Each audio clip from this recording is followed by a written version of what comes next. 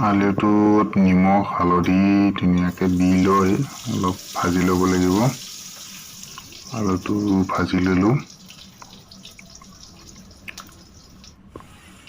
আলুটো ভাজা হোৱাৰ পাছত ৰঙচুৱা যেতিয়া হ'ব, তাৰপিছত ধুনীয়া কৰি আমি আলুটো এনেকৈ এখন প্লেটত ওলাই লওঁ।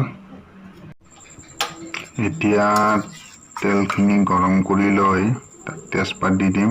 তাৰপিছত মাংসখিনি ধুনীয়াকৈ তাত দি দিম কেৰাহীত। মাংসখিনি আগতে সানি লৈছিলোঁ, সানি লৈ আধা ঘণ্টা থৈ দিছিলোঁ। এতিয়া মাংসখিনি কেৰাহীত দি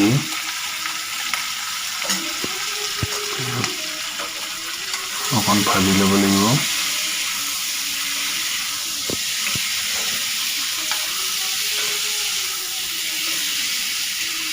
মাংসটো অলপ ভাজি লৈ তাৰপিছত আমি মাংসখিনি যেতিয়া নিমখ দি দিম আৰু হালধি দি দিম। হালধিটো দি দিলোঁ।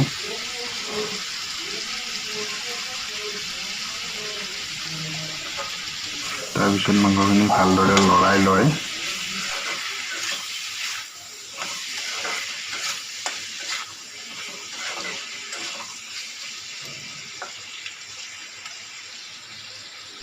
মাংসটো অলপ ভজা হৈ গ'ল।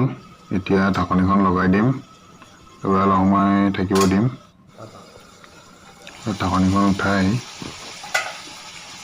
মাংসটো উঠাম। মাংসটো অকণ ভজা গৈছে, ৰঙচুৱা নিচিনা হৈছে মাংসটো। তাৰপিছত আমি আকৌ এবাৰ ঢাকনিখন লগাই দিম। ঢাকনিটো এতিয়া খুলি এবাৰ চাম।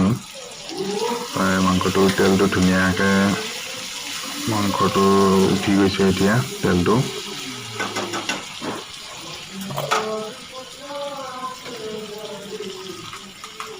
চাওকচোন মাংসখিনি দেখিবলৈ কি ধুনীয়া হৈছে। এতিয়া আমি এই বনাই থোৱা মছলাখিনি মাংসৰ ওপৰত দি দিম। আপোনালোকক কৈ থওঁ, আপোনালোকে যদি চেনেলটো মোৰ চাই ভাল পাইছে তেনেহ'লে মোৰ চেনেলটো লাইক কৰি দিব, ছাবস্ক্ৰাইব কৰি দিব দেই। মছলাখিনি দিয়াৰ পিছত আমি ধুনীয়াকৈ মাংসখিনি অলপ লৰাই দিম।